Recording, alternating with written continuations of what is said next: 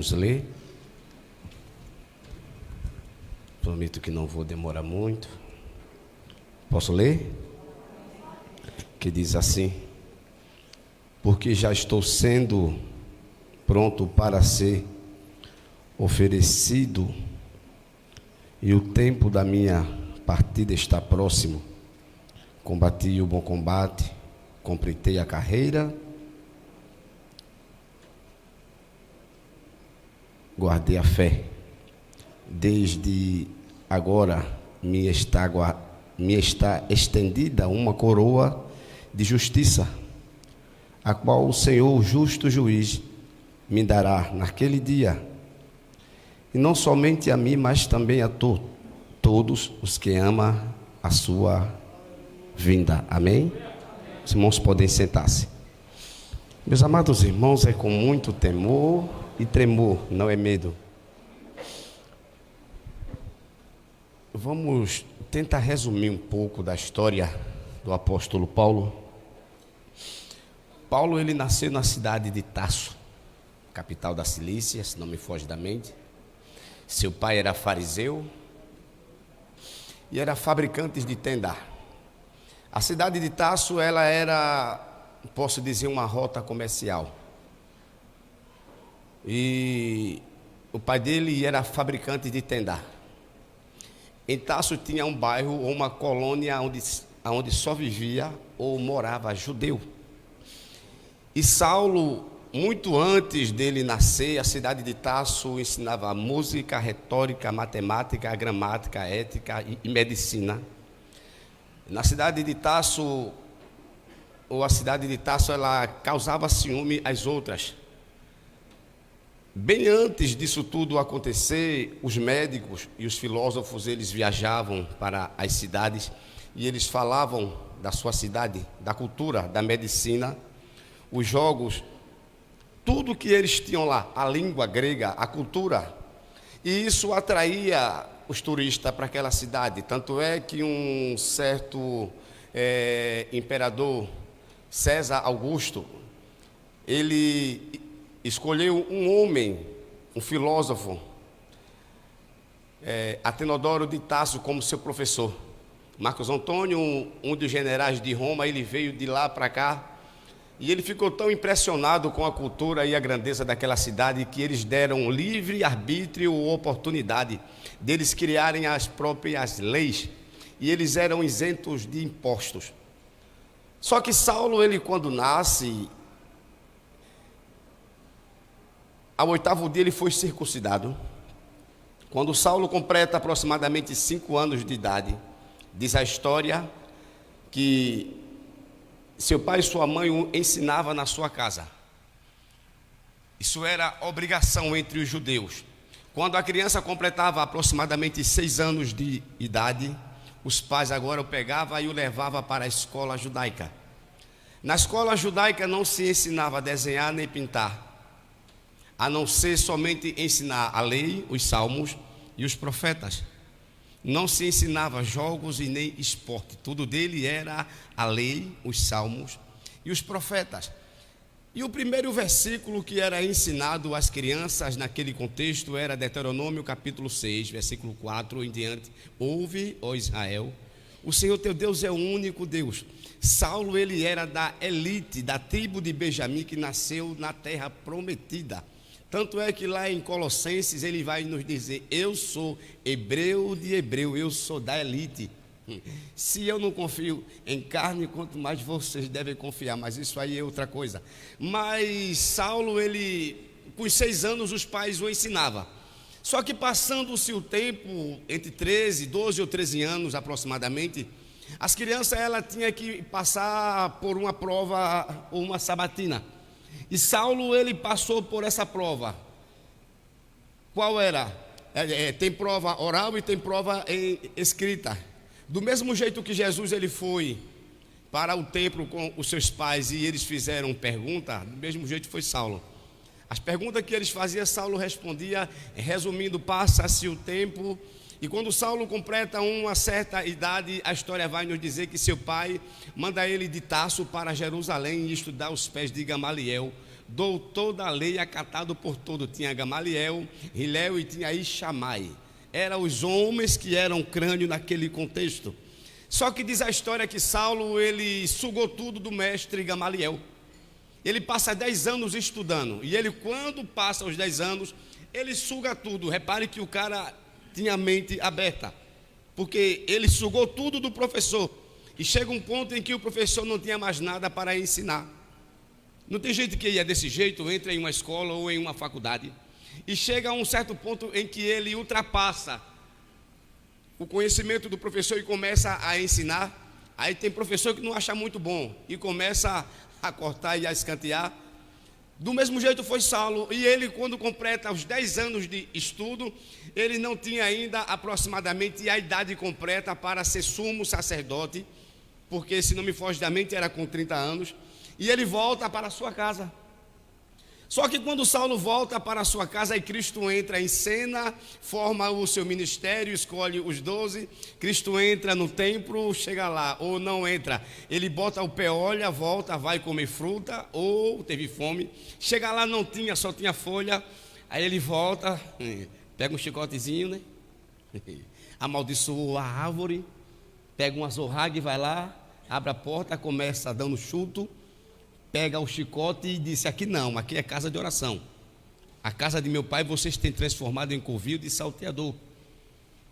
Tanto é que não se ouvia mais gemidos de oração e nem barulho de oração e nem da palavra, porque os cambistas, junto com os sacerdotes, Anás e Caifás, se juntaram. Quem levantou eles foi um homem chamado de Quirino, e por aí já não era mais por oração, era comprado. Lembre que Cristo, ele deixou a igreja formada. A igreja foi deformada, houve uma reforma. A do século 21 está deformada, tem que haver uma reforma, porque o negócio está bagunçado, está de todo jeito. Mas o que acontece, aí Saulo, ele volta para a sua casa, Cristo forma seu ministério, e ele, quando forma, que faz a limpeza no santuário, mexeu no bolso dos homens, rapaz, e aí começou. Só que lá onde Jesus fez a limpeza, virou as mesas, soltou as pombas, e os cambistas ficaram irados. Tinha um lá que era da cidade de Tarso, de onde Paulo morava, e ele chega lá e disse: olha, chegou um cara lá chamado, ou apelidado de Jesus de Nazaré, porque antes dele tinha muitos outros com o nome de Jesus, por isso que vem o nome Jesus de Nazaré. Aí Saulo agora vem virado, respirando ameaça, pede carta. Resumindo, Saulo, ele vai para Damasco perseguir o povo, e ele, quando vai, Jesus tem um encontro com ele, ele cai por terra. Saulo, Saulo, por que tu me persegue? E ele fala: eu sou Jesus a quem tu persegues. Saulo, ele não via, ele já caiu, quer dizer, via, mas via com os olhos carnais.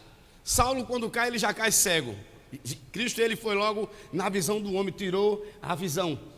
Por quê? Para ele aprender a olhar com os olhos espirituais. Quem estava próximo dele só via Saulo de mãos estendidas e os lábios deles abrindo e fechando, e via que Saulo falava com alguém. Agora vai, te levanta e vai para a cidade de Damasco, e procura na rua direita a casa, se não me foge da mente, de Judas. Quando ele falou com Saulo, ele vai lá onde estava um homem chamado Ananias, que era príncipe, doutor ou sacerdote, líder da sinagoga. E a história diz que ele sabia que Saulo vinha com carta, ameaça. E quando ele soube disso, diz a história que Ananias se junta com o povo na sinagoga e ora pela vida de Saulo. Senhor, o Senhor vai permitir, ele é mau, ele é carrasco, assolador. Aí Cristo disse: vai, porque esse para mim é um vaso escolhido. E como que eu não estou pedindo um relatório da vida dele, eu o escolhi. Vai, porque ele para mim é um vaso escolhido. Aí nesse contexto, Saulo entra ou vai para a cidade de Damasco. Quando Saulo está lá, aí ele vai para um quarto, passa 3 dias sem comer e sem beber, cego, orando e jejuando no óleo. Tem que ser no óleo, se não for no óleo não vai, a casa cai. Aí quando ele fala com Saulo, ele fala com Ananias. Deus não é Deus de confusão. Ele fala com Saulo e com Ananias. Saulo viu Ananias entrando. Lembra de Saul? Quando ele chega lá com os moços dele e disse para o profeta: diz para nós quem é os profetas. Aí Deus, ele brada aqui e disse: lembra que ontem essa mesma hora eu te mostrei esse cara aí? Deus não é Deus de confusão. Deus não faz nada sem primeiro revelar os seus segredos aos seus servos ou aos profetas. Deus, ele vai falar do outro lado, vai falar aqui. Ele vai confirmar, e quando Deus confirma, não tenha medo, vá para onde ele mandar. Deus, ele não confunde, não é Deus de confusão. O lugar pode estar um deserto, não tem nada, mas quando Deus diz, vai que eu estou contigo, vai surgir manancial de água, vai brotar. De onde vir não vai ser, ele vai mandar. Dos quatro cantos, vai construir. Não pode ter ninguém, mas quando Deus bota dentro, vai encher. Vai ficar pequeno, vai ampliar. Alarga a tua tenda. Deus, ele vai alargar a tenda. Mas o que acontece? Aí passa-se o tempo. Aí, quando Saulo, ele está lá, Ananias vai e entra no quarto. Onde Saulo está, chega, se ajoelha, bota a mão na cabeça dele, provavelmente deu a paz do Senhor, né? Irmão Saulo, paz do Senhor. Jesus que te apareceu no caminho me enviou para orar por você. Quando ele bota a mão que ora, as escamas caem. Ele já vê com outros olhos, já vê com os olhos espirituais, além daquilo que a gente enxerga. Aí Saulo agora se levanta, come, provavelmente toma água. Saulo vai para a sinagoga de Damasco pregar. Aí a turma olhou e disse, não, esse cara é trapaceiro, ele está nos enganando. Ele é, como diz o matuto, desordeiro, né? Aí o que acontece? Não aceitaram, eles tentaram matar Paulo ou pegar ele para o matar. Só que a turma, sabendo disso, provavelmente disseram para Paulo, aí Paulo agora foge para o deserto da Arábia e passa lá 3 anos. É a escola de Jeová. Nós não se matricula e nem pede para ser matriculado. É Deus que faz a matrícula. E todo cristão que tem chamada vai ter que passar no deserto. Lembra do hino, Deus permite no deserto você passar? Moisés, ele passou 40 anos estudando lá no Egito. Agora passa 40 anos para se esvaziar de tudo aquilo que aprendeu. E passa agora 40 anos no deserto guiando o povo. Cristo, ele passou 40 dias no deserto. Elias foi no deserto. Aí Saulo também não foi pouco tempo não, foi 3 anos no deserto da Arábia. Mas por que no deserto? Lá no deserto, lá não tem pai, não tem mãe, não tem irmão, não tem ninguém, não tem ombro amigo. No deserto é calor de dia e frio e areia na cara, no rosto. Lá no deserto nós só escuta o barulho do vento e o pulsar do nosso coração e o pulso. Lá no deserto é onde a gente aprende a ser dependente de Deus. É no deserto que Paulo, ele começa a ler o Velho Testamento, rolos e pergaminhos. Foi no deserto que Paulo aprende a ter sensibilidade espiritual.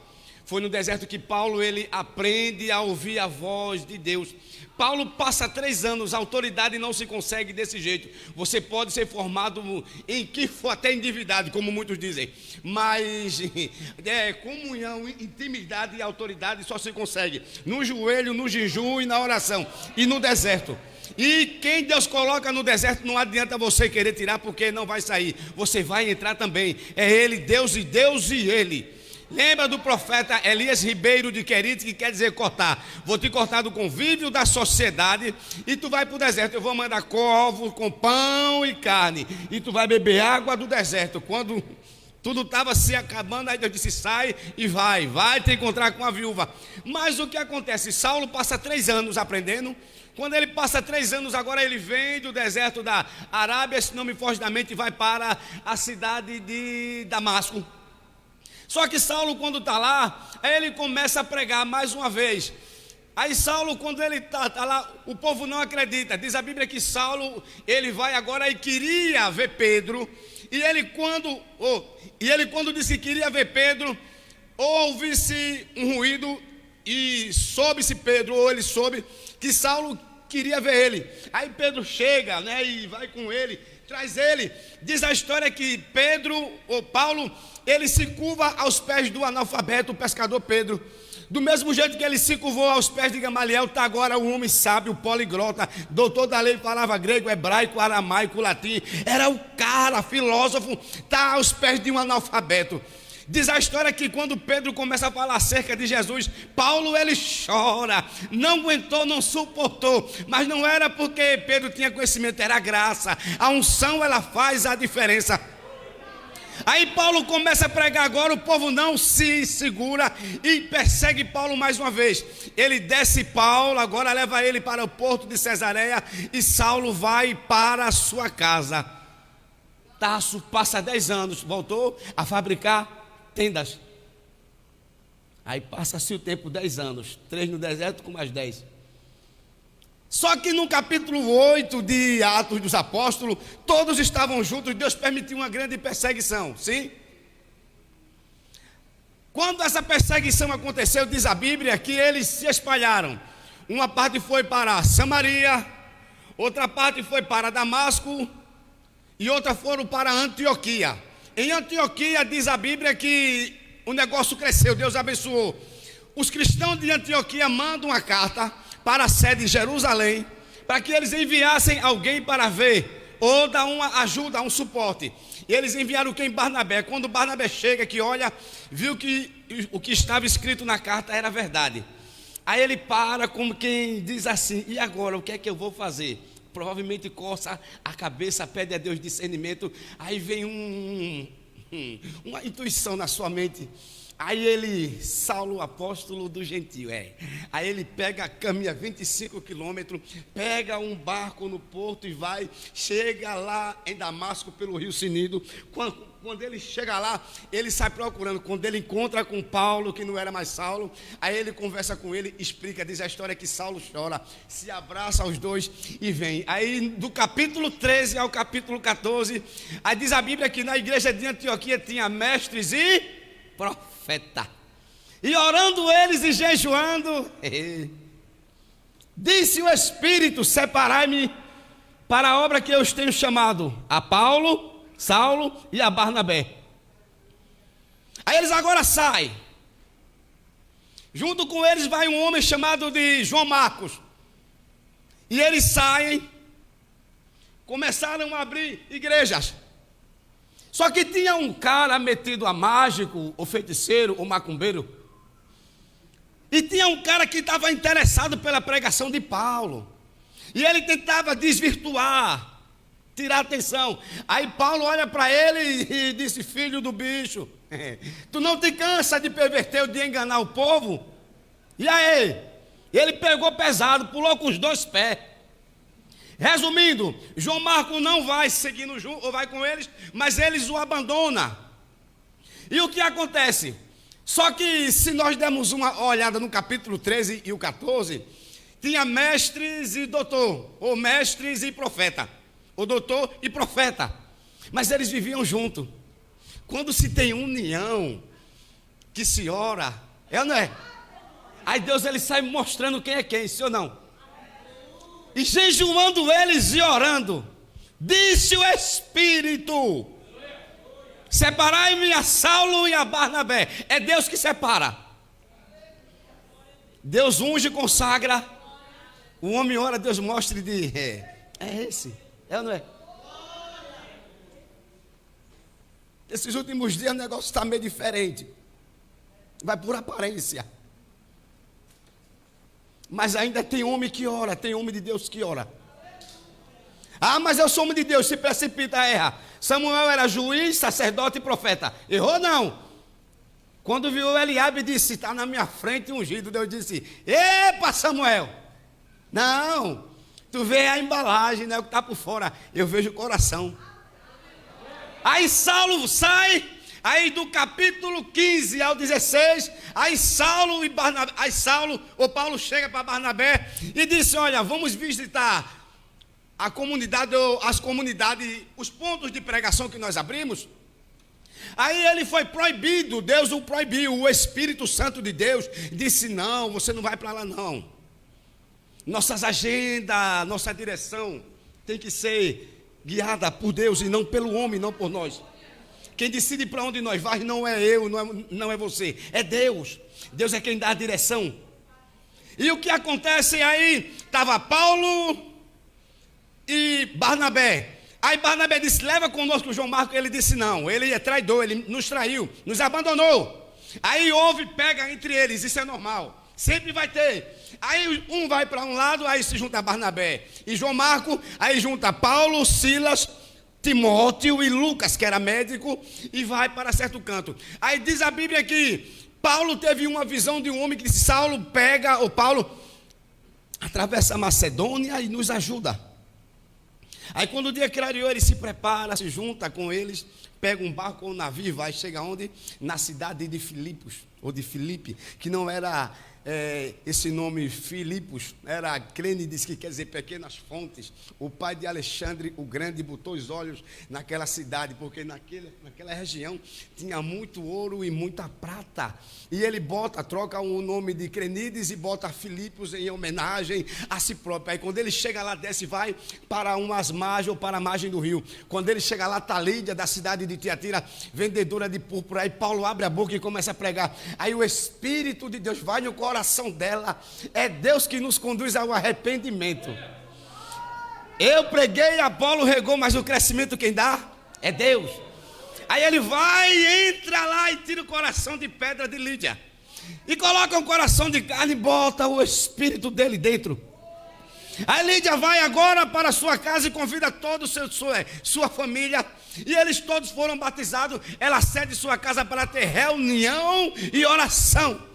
Aí agora no dia seguinte, Paulo e Silas vai subindo, vai para a oração. Uma jovem capacha, instrumento do bicho, né, como diz o Matuto, de Chapolin, que a turma diz que o adversário tem chifre, não. Ele não é desse jeito, não. Aí o que acontece? Paulo e Silas iam seguindo e ela ia atrás deles. Esses homens são servos do Deus Altíssimo. Esses homens que vos anunciam a palavra de salvação. Só que Paulo, ele não se ilude. Crente que ora não come gato com lebre, não se ilude com os elogios. Em Provérbio diz: cuidado com os muitos elogios, tapinha nas costas, abraço, pegada pelo pescoço ou na cintura, vigia, irmão. Cuidado com os muitos elogios.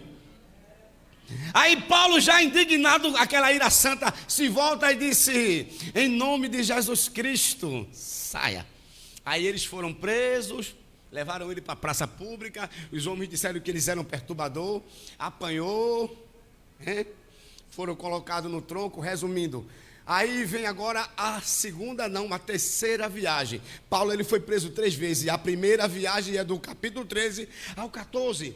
Do capítulo 15 ao capítulo 18 é a segunda viagem. Na terceira viagem, Paulo chega na cidade de Éfeso, encontra Áquila e Priscila, encontra Apolo. Paulo passa 3 anos pregando na escola de Tirano. Aí diz a Bíblia que feiticeiro, macumbeiro, tudo que era zero para lá. Paulo pregava, ele se convertia, pegava os livros, jogava na fogueira e sei que por aí vai. Só que Paulo agora vai preso, e quando Paulo vai preso, ele foi para uma prisão domiciliar, porque ele tinha cidadania romana, grega e várias outras. Aí deram a ele uma oportunidade para ele ficar em uma prisão domiciliar. Só que Paulo passa 2 anos.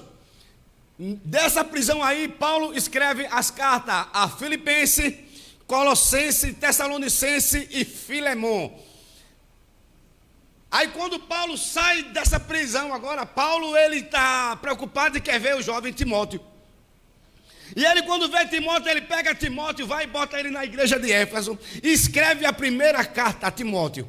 Quando ele escreve a primeira carta, aí ele sai visitando vários cantos e ele chega em um certo canto. Agora, que quando Paulo está lá, aí diz a Bíblia que, diz a história que um certo homem chamado de Alexandre o Latrueiro, a história diz que ele dedurou Paulo. Entregou Paulo para os soldados. Mas o porquê foi que ele entregou Paulo aos soldados? 3 anos antes, Nero, com sua megalomania, Nero ele vai e coloca fogo em Roma. Quando Nero ele bota fogo em Roma, diz a história que tinha 14 cidades, ou era 14 bairros. Dentre esses 14, 10 pega fogo, os 4 só tinha quem? Judeu. Aí, quem é que é o bode expiatório? Os judeus. Soube-se que Paulo estava lá e os soldados viram, os guardas pegam Paulo e entregam ele para Nero. É tu, perturbador, é tu que está botando fogo. Resumindo, Paulo estava com 5 pessoas. Áquila e Priscila, ou foi 4. Áquila e Priscila foram para a cidade de Éfeso. Demas foi para Tessalônica. Tito foi para as montanhas de Dalmácia. E só ficou um com ele chamado de Tíquico.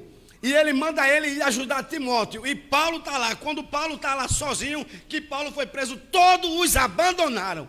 Só que quando Paulo é preso, diz a Bíblia, que antes disso, ou diz a história aqui, antes disso, os cristãos, Nero pegava eles, ensopava com óleo ou piche, ou um pano sobre eles, colocava piche, ou mergulhava no piche, botava fogo, e botava eles nas ruas, nas praças, incendiava para eles clarear, ou servir como tocha para clarear.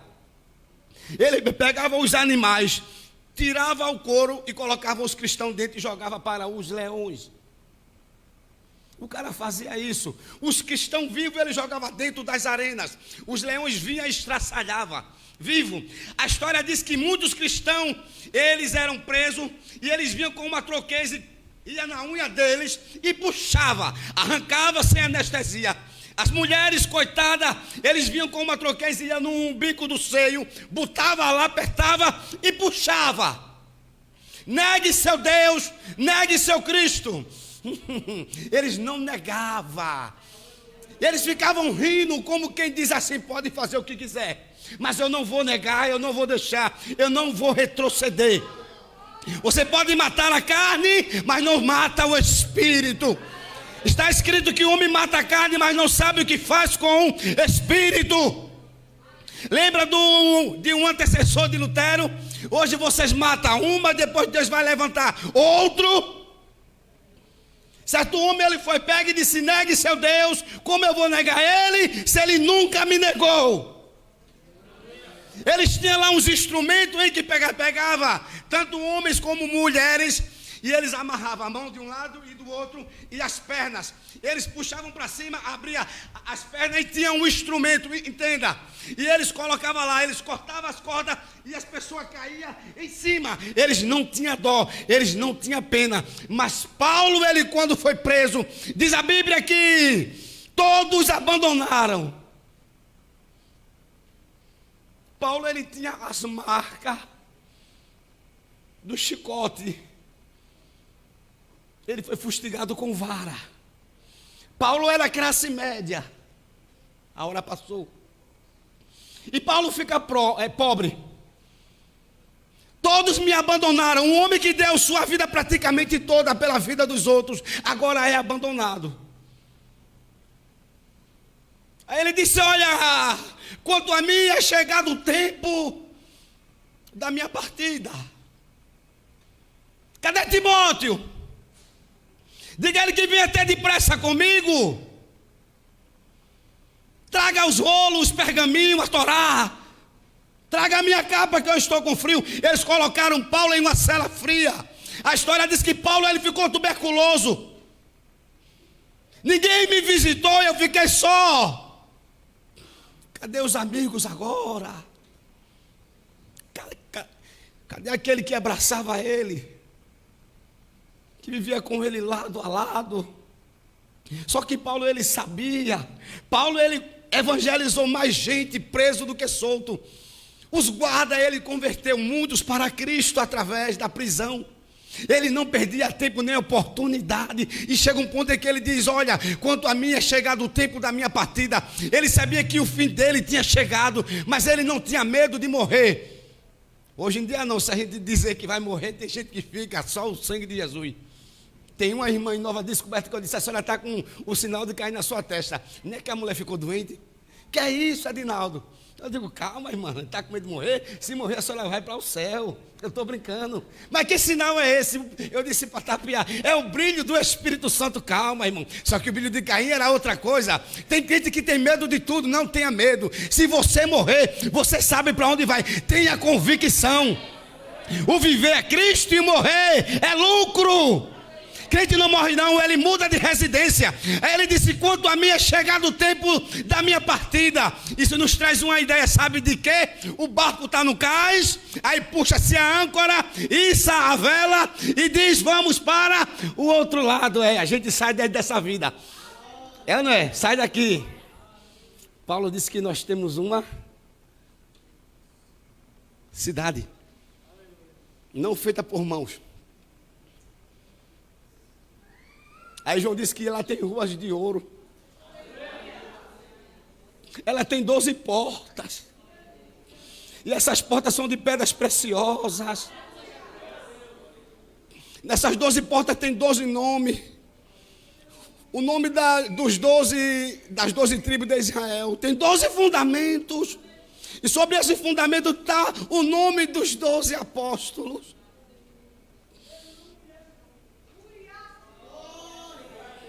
Para entrar nessa cidade tem uma senha, qual é? Aquele que lavaram as vestes no sangue do Cordeiro. O capítulo 20 de Apocalipse, ou é o 20, 21, é o capítulo do número 12. Aí Paulo disse: é chegado o tempo da minha partida. Vamos deixar esse corpo de sofrimento e vamos ao encontro do Senhor. Esse encontro é chegado o tempo da minha partida. Estou sendo oferecido como sacrifício de libação. E o que é libação?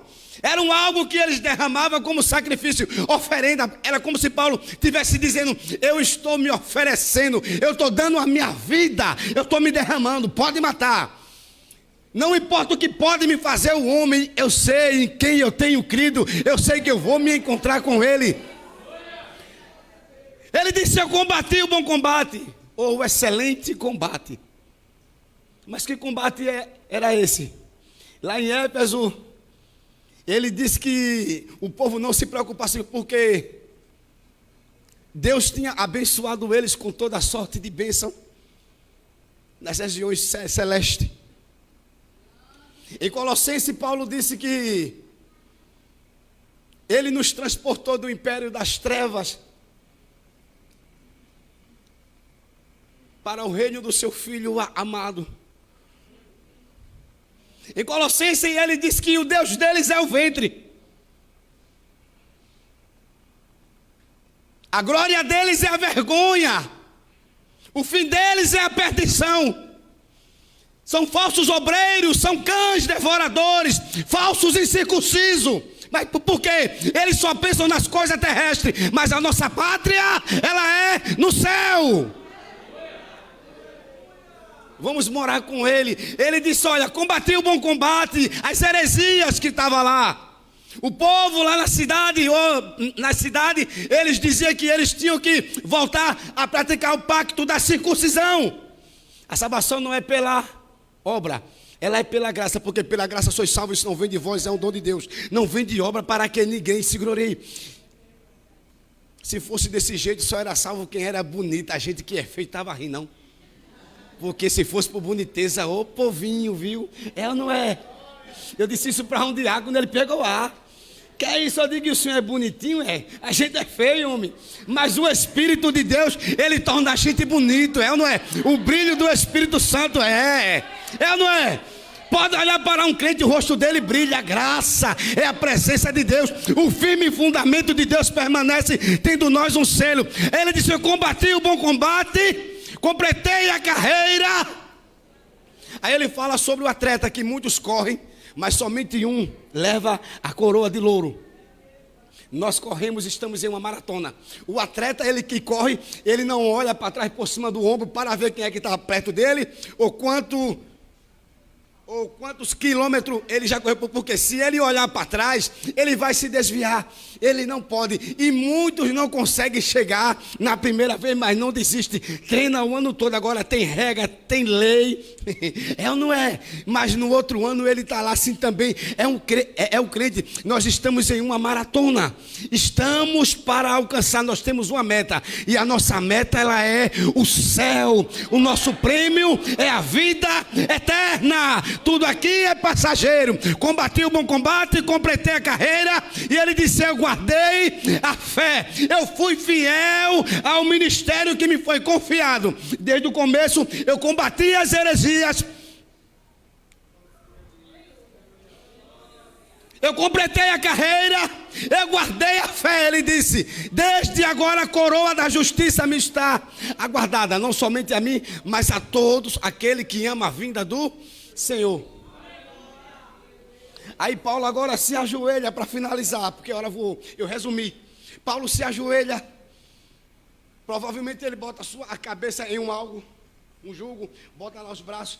E quando o soldado levanta a espada que ele olha, ele vê o clarão no sol na espada. E ele, quando fecha os olhos, que abre, está do outro lado, está no seio de Abraão. Então vale a pena a gente sofrer, vale a pena sair no sol quente, vale a pena evangelizar, pregar a palavra, se sacrificar, porque nós temos uma coroa. Eis que cedo venho e o meu galardão virá comigo para retribuir a cada um segundo as suas obras. Deus não é injusto para se esquecer do nosso trabalho, amém? Aí ele disse: combati o bom combate, completei a carreira e guardei a fé. Deus abençoe.